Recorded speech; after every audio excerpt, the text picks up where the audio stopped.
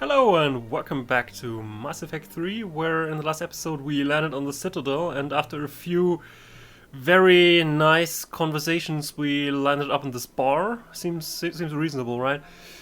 To talk to Nasana Dantius, I believe, who sent us a message, and there's also someone else who we have to talk here, but let's first talk to Nasana. Commander Shepard, I am Nasana Dantius. I see you got my message. Yeah, your message sounded like you were in trouble. It sounded like you needed some help. I do. My sister Dahlia is a crewman on a cargo vessel operating out beyond the fringes of the Traverse. Her ship was attacked by privateers. There were no reported survivors.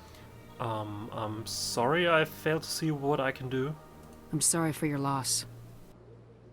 This is where it gets complicated. Last week, I received a message with her voice on it. Dahlia is alive. The rest of the crew was killed, but she was taken prisoner. The slavers demanded a huge ransom from me in exchange for returning her unharmed. Why did she get spared in the first place?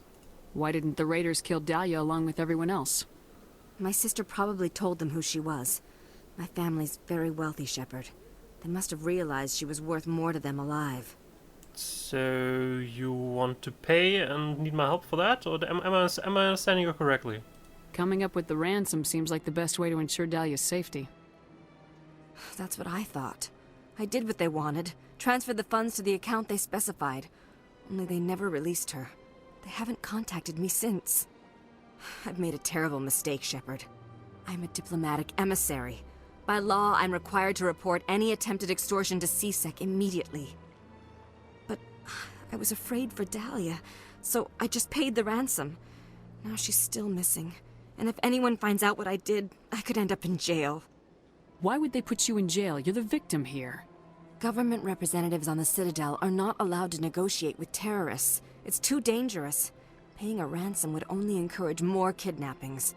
I support the law in theory, but when I got the message, all I could think about was Dahlia's safety.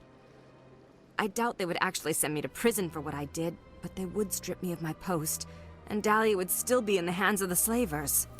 That's where I come in, I guess. You want me to find her and bring her back. You only need to bring her back. I've already found her for you. I tracked the ransom payment through several accounts. Eventually, it led to a small mercenary band operating out of the Artemis Tau cluster. I need you to go to the Merc base, take them out, and bring my sister back. You shall be well rewarded. Anything you can tell me about the mercs who have your sister? Pretty much what you'd expect. Rough, dangerous, and well-armed.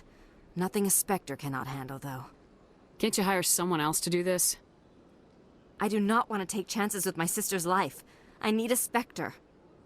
Besides, you operate outside official channels.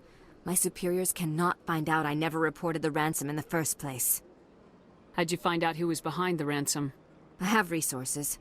Contacts and credits can go a long way, especially if you're willing to bend the rules. I already broke the law when I paid the ransom. This couldn't make things any worse. Alright, I'll try to find your sister, but I don't expect you to pay me. Keep your reward. I'll bring your sister back. I promise. Thank you, Shepard. I knew you were the right woman for the job. Come back and see me when the job is done. Alright. Let's also talk to Clerk Bosker. If you remember, quite a while ago, the husband of a woman who was killed on Eden Prime contacted us here on the Citadel. Actually, just down those stairs, talking in order to talk to Mr. Bosker here to negotiate the release of her body, because apparently her body is being withheld by Alliance military authorities for some reason. So let's talk to Mr. Bosker about that. My goodness, you're Commander Shepard. Your activities made for quite a briefing in the Diplomatic Corps. Is there something I can do to assist you? Yes. A man named Samesh Bhatia is having some trouble claiming his wife's body. Ah, Mr. Bhatia. A good man in an understandably frustrating position. I wish I could help him. Serviceman Nirali Bhatia died on Eden Prime, as Mr. Bhatia no doubt told you. Her wounds are inconsistent with any type of weapon damage we've seen before. That is why her body is being held. You think that her body might be dangerous or contaminated? No, Commander. Nirali Bhatia is not dangerous. Her body is in fact extremely valuable to the Alliance. The tests we're conducting may lead to better defenses against Geth attacks. Respectfully, Serviceman Bhatia may save more lives in death than she did in life. Still, it doesn't really feel right, but let's investigate this a little bit longer. How long do you think this research is gonna take? This is a long-term study. I wouldn't expect the bodies to be released for a year or longer. You gotta have a lot of bodies. Can't you release one? Very few bodies had this new type of weapon damage, and very few were in good enough condition to study. Beyond that, Commander, we need as many bodies as we can to get a reasonable sample size. When will this research result in actual new technology? If we're lucky, we'll actually realize usable technology from this study in a few years. Yeah, right. Because that's how research goes. Yeah, of course. No, still, I feel this just isn't quite right to just keep the body for research, especially if her husband doesn't want that. So, no. Unless you can show me some paper that she explicitly signed it, and you can convince her husband, then I think this isn't right. I understand what you're trying to do, but holding the body is wrong. Commander, you of all people should understand how far we must go to protect humanity. Not if we lose our humanity in the process. I am out here fighting to stop crap like this. All right, Commander. You win. It was hard enough refusing Mr. Bhatia. I'm not going to risk an incident by refusing you. Tell Samesh that the body is being shipped back to Earth. I'll go now to see to it myself. Thank you. Now that wasn't so hard, right? Okay, let's go back to Mr. Bhatia.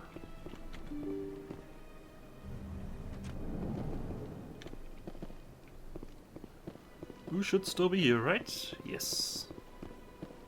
Hello again, Commander. Has there been any word? Yeah, there's been good news. I reminded Mr. Bosker what we're fighting for. Your wife is coming home. Thank you. I will return home and begin my preparations. It does not bring me happiness, but it may bring me peace. Goodbye, Commander. Alright, well, so we handled that situation at least. Now let's go and take an actual stroll through the citadel presidium at least. So, oops, no, I didn't want to draw weapons here. I'm crazy, shepherd people. No need to worry when I just randomly draw my weapon in front of people who aren't even armed. Nothing going on there. Yeah. I've told you before, you're not allowed in here. This one believes it has the right to move freely through this area. You're creating a public disturbance. It's against Citadel regulations. This one is unsure why the other would not wish word of the Enkindlers to be spread.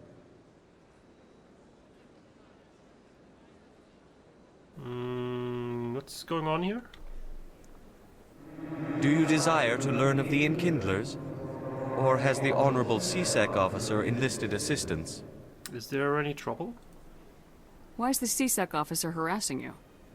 The CSEC officer requests that this one purchase an evangelical permit to spread the truth of the Enkindlers. Why don't you just buy one then? If that's all the CSEC officer wants, why not just buy the permit? The truth of the Enkindlers is universal. This one humbly believes that the truth should not be suppressed. Exacting payment as a means of imposing limits upon the truth is an abrogation of this one's religious freedom. So you're breaking the law by preaching without a permit right now? The CSEC officer states that preaching in this place is forbidden, and preaching anywhere on the Citadel requires a permit. This one humbly submits that it is not preaching to state the truth of the Enkindlers, and thus no permit should be necessary. Who are the Enkindlers? Your people know them as the Protheans. They are the true creators of this one's people. The Enkindlers raised the Hanar from ignorance into consciousness by granting this one's people the gift of speech. Well, let me see what I can do. Let me talk to the CSEC officer. Perhaps I can explain the situation. This one would be most grateful for the assistance. Please let this one know if success is achieved. That Hanar refuses to listen to reason. Why can't it act in an orderly and lawful manner? So please explain to me what the problem was. Are there laws being broken here? I am not unreasonable. The Hanar is free to spew its nonsense once it purchases an evangelical permit. So if the Hanar gets a permit, it's allowed to preach? No. Registered evangelicals must follow regulations. There are specific areas where preaching is legal. Failure to follow the regulations results in the forfeiture of the license. What's the purpose behind the evangelical permits? Forcing religious evangelicals to register for a permit weeds out undesirables. It keeps the area safe. The Citadel is too important to become a battleground for a religious war. That's good enough reason, but why don't you just arrest him? Why don't you just arrest the Hanar? I could arrest the jelly, but my superior has requested that I find a solution that does not anger the Hanar. The Hanar become vocal when they feel their religious beliefs are being suppressed. Okay, let me talk to him. If you'd like, I could talk to the Hanar for you. I have argued with the stubborn jelly all afternoon. You are certainly welcome to try. Yeah, but I'm a real smooth talker, man. Has the CSEC officer been assuaged? This isn't the real way. Is this really how you want to represent the Enkindlers? The truth of the Enkindlers must be made known. They gave the Hanar language, and gave the universe the mass relays. This one only wishes to spread the truth to any who will listen. There is no intent to cause trouble. Is this how the Enkindlers would want you to use this gift of consciousness? The Enkindlers would wish for their message to be spread to all sentient races. The Enkindlers wouldn't wish their message to be spread by breaking society's laws. This one hears wisdom. Perhaps enthusiasm has clouded judgment in this matter. This one departs now, and will not intrude upon the Presidium again. Thanks. I see the Hanar is left. Thank you. Just another day at the office. Happy to help. Here, for your assistance in this matter. Now, if you'll excuse me, I should report to my superiors. Oh, hunky-dory. There are more problems that we can solve, like scanning this keeper. Zing. Alright. Let's continue to wander around. This has been really fun so far. Finding people who argue and then intervene and say, no, you're doing it all wrong.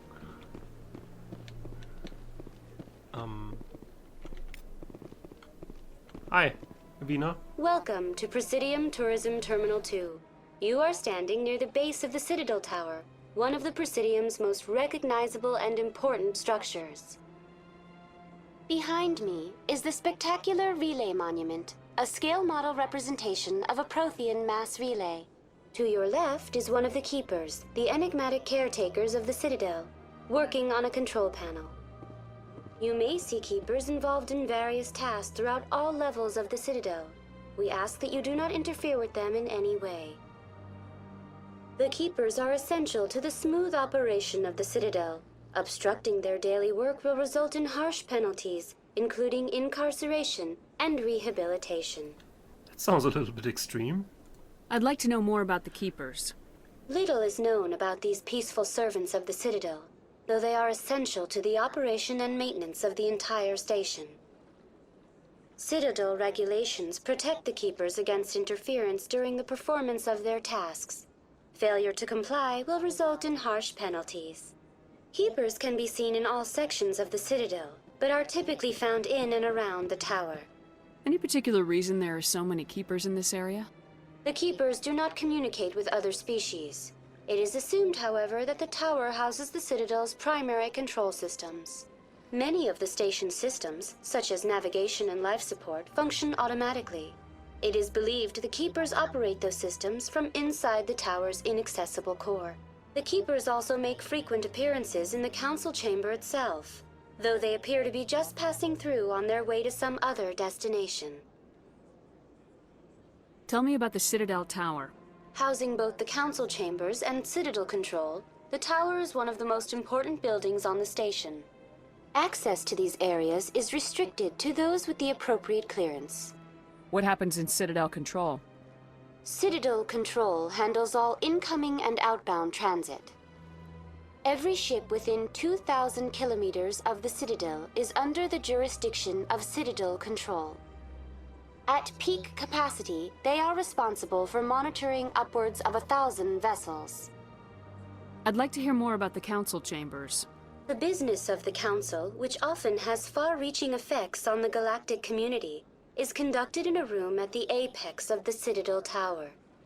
The Council Chambers themselves are truly a magnificent sight to behold, though few get to experience the view in person.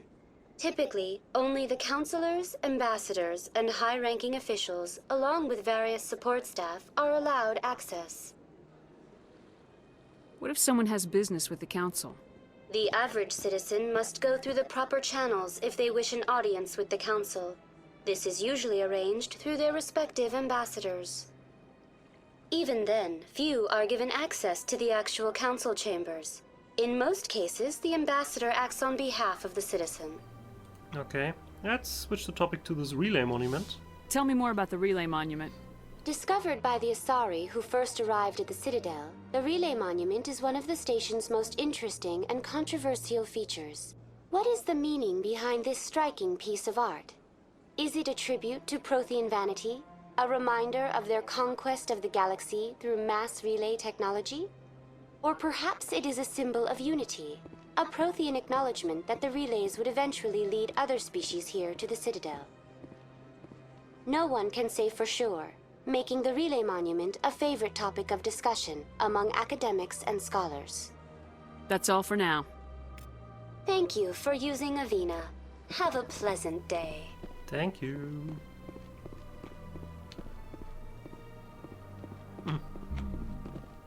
Rex? Any insights you want to share? I was never a fan of this statue. The Krogan monument just seems more impressive to me. Yeah.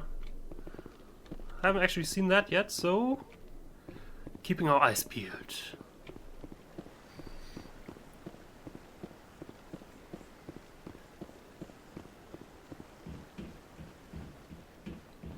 So, I'm telling you, this is not what Jake would want. Who are you to tell me what my husband would want? I'm the only person making sense right now. You're endangering your baby. This baby is the only thing I have left of Jake. can I help you? I don't care what you think, Michael. It's my decision. I know you're hurting, Rebecca, but don't let your grief hurt your baby too. Can I help with anything? Perhaps you can talk some sense into her. I don't need anyone to talk sense into me, Michael. I'm not undergoing the treatments. My sister-in-law here is pregnant, and she's refused to let the baby undergo gene therapy in utero. Okay, there's always two sides to that story. I'm certain that she has a good reason. I'd like to hear both sides. My husband Jacob died from a rare heart condition several months ago. There's a chance that the baby could develop the same heart condition, but routine gene therapy can eliminate it. A very small chance, Michael. And extranet reports say the therapy could harm the child. It's less dangerous than the genetic enhancements that every soldier in the Alliance receives. What are the chances that your child will develop the heart condition? According to the doctors, there's a 1 in 50 chance. And if my baby develops the condition, medical treatments are available. Which are nowhere near as effective as simply getting the gene therapy. What are the chances that gene therapy could hurt the baby? 1 in 300 at most. But extranet articles say there could still be long-term complications we don't know about. Don't you understand? If my baby is that 1 in 300, I will always wonder if I killed my baby for nothing. I think Rebecca should choose what's best for the child, and you should support her. I mean, you can voice criticism. Obviously, you care much about your brother's daughter or son. Was it son? I'm not sure. But you should support her, not try to argue until one side gives in eventually, or maybe not. It's Rebecca's child, Michael. I think you should honor her decision. damn it, she's not choosing. She's acting blindly out of grief. I know you want the best for your brother's child, but this is not your decision. Of course it is! I'm the closest thing to a father this baby is going to have. Then support the baby's mother. Stand with her when she makes the tough decisions. This baby is the only thing my brother... It's all I have left of him. I need to know that the baby's safe. It's all I have left too, Michael.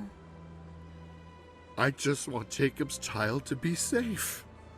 I want to give him that much. We will. I promise. Thank you for talking with us. I appreciate it. Oh joy, after all these nice talks are finally over, I guess we'll continue our exploration of the Citadel in the next episode and figure out what's going on in this beautiful niche over there, but we'll see that next time. So thanks for watching and have a good one. Bye.